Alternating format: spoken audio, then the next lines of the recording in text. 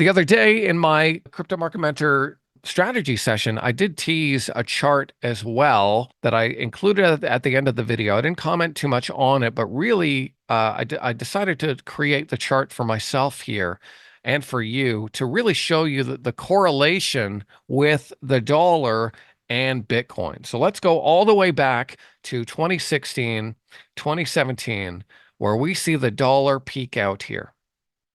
Dollar peaks out and breaks down all the way to 2018. What does Bitcoin do during that time? Bitcoin goes on a massive run, 3,000% to the upside. Unreal.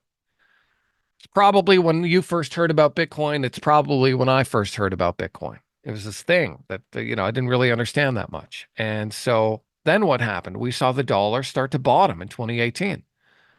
Similarly, we saw Bitcoin start to top and break down. 2020, we saw, again, this channel happen. Bitcoin bottomed. What did we see? Dollar breaks down again. 2020, Bitcoin breaks up. That's what I'm trying to get across. I'm sorry, this arrow kind of messed me up. So dollar up, Bitcoin down, dollar down, Bitcoin up. Then we see this again in 2021. What happened? Dollar bottoms, Bitcoin peaks and breaks down. Dollar peaks, Bitcoin bottoms, breaks up.